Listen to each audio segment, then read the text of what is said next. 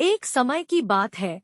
एक धूपदार घास के मैदान में सैम नाम का एक छोटा सा बीज रहता था। सैम बहुत ही जिज्ञासु और साहसी बीज था।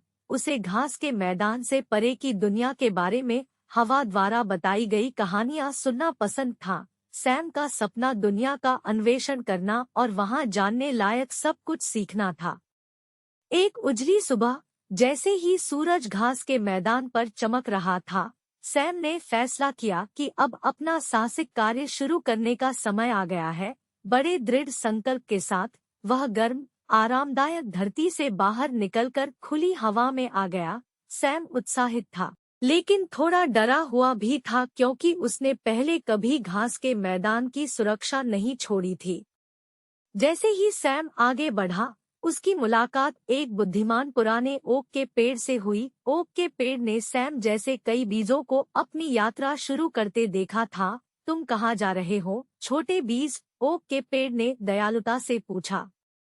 सैम ने उत्साह के साथ उत्तर दिया, मैं दुनिया के बारे में जानने के लिए एक साहसिक यात्रा पर जा रहा हूँ।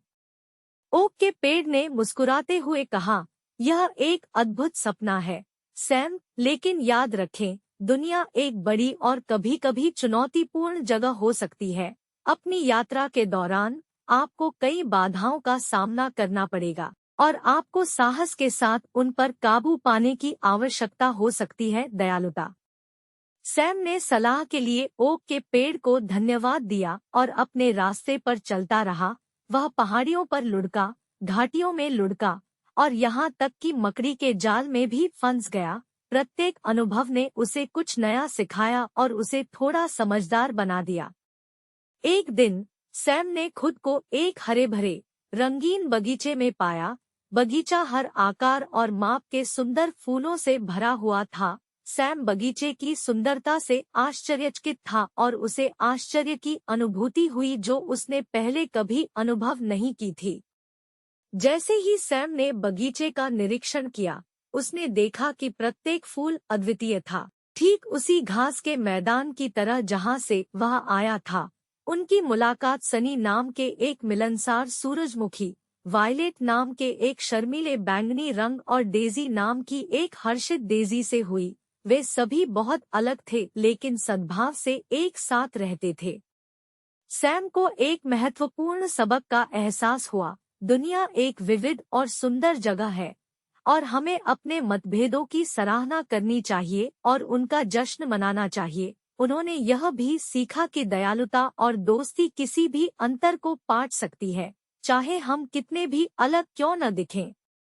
आखिरकार सैम के लिए घास के मैदान में लौटने का समय आ गया।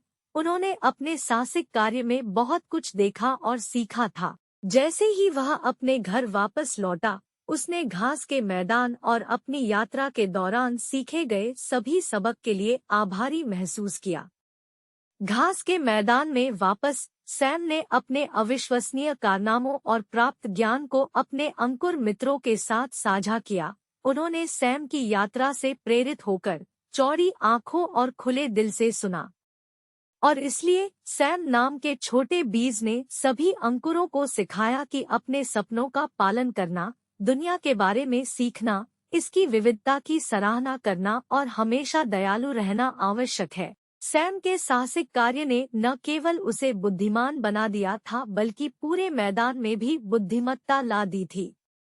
कहानी का उपदेश है, अपने सपनों का पालन करें, दूसरों के प्रति दयालु बने और दुनिया में विविधता की सुंदरता की सराहना करें।